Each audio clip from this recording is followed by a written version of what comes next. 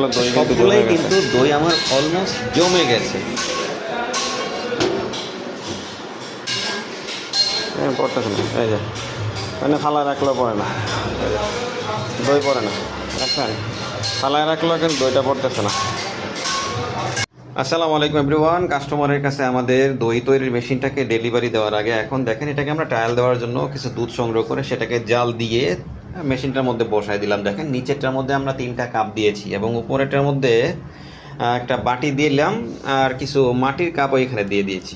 হ্যাঁ, মেশিনটাকে আগে ট্রায়াল দেওয়ার জন্য টেম্পারেচার ঠিক মতো কাজ করে কিনা সেটা দিয়ে দিয়েছিলাম। তো এখনও টেম্পারেচার কিন্তু এখনও এই যে 53ই দেখাচ্ছে, তো এটা আস্তে আস্তে নামবে। আমার টার্গেটেড টেম্পারেচার আমি 42 সেট আপ করে রেখেছি। তো যাই হোক, এখন আর দেরি করব না, মেশিনটাকে এখন নির্দিষ্ট সময় সেট করে এটাকে আমরা লাগিয়ে দিচ্ছি। তো আপনাদের যদি দই তৈরির মেশিনের প্রয়োজন হয় অবশ্যই আমাদেরকে ফোন দিবেন, আমরা প্রত্যেকটা মেশিনকে ভালো করে চেক করে আমরা আপনাদের কাছে পাঠাবো।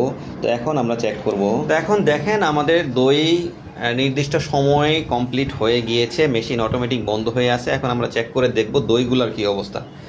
তো এখন আমরা দইগুলা দেখি, দেখি এটাকে টেনে দেখেন অলমোস্ট আমাদের দইটা সুন্দরভাবে কিন্তু চমৎকারভাবে কিন্তু দইটা জমে গেছে। দেখেন এটাকে আমি কাইট করার পরেও কিন্তু দইটা পড়তেছে না। দেখেন আমি এই সবগুলোই চেক করি, যে এটাকে ধরি, দেখি এইটাও কাইট করলাম, এটাও পড়তেছে না, পরেরটা দেখলাম। তো সবগুলোই কিন্তু দই আমার অলমোস্ট জমে গেছে। হ্যাঁ, এখন এইগুলোকে আমি দেখেন আমি একবারে কাইট করে রাখি। হ্যাঁ দেখেন আমি সবগুলো একবারে কাইট করে ফালায় রাখি। দেখেন আমি সবগুলা কাইট করে ফালায় রাখতে, তারপরে কিন্তু দেখেন কিন্তু দইটা কিন্তু পড়তেছে না। এটা কিন্তু খুবই ভালোভাবে দইটা কিন্তু জমে গেছে। আমি সবগুলা ফালাই, একটা একটা করে সবগুলা ফালাই।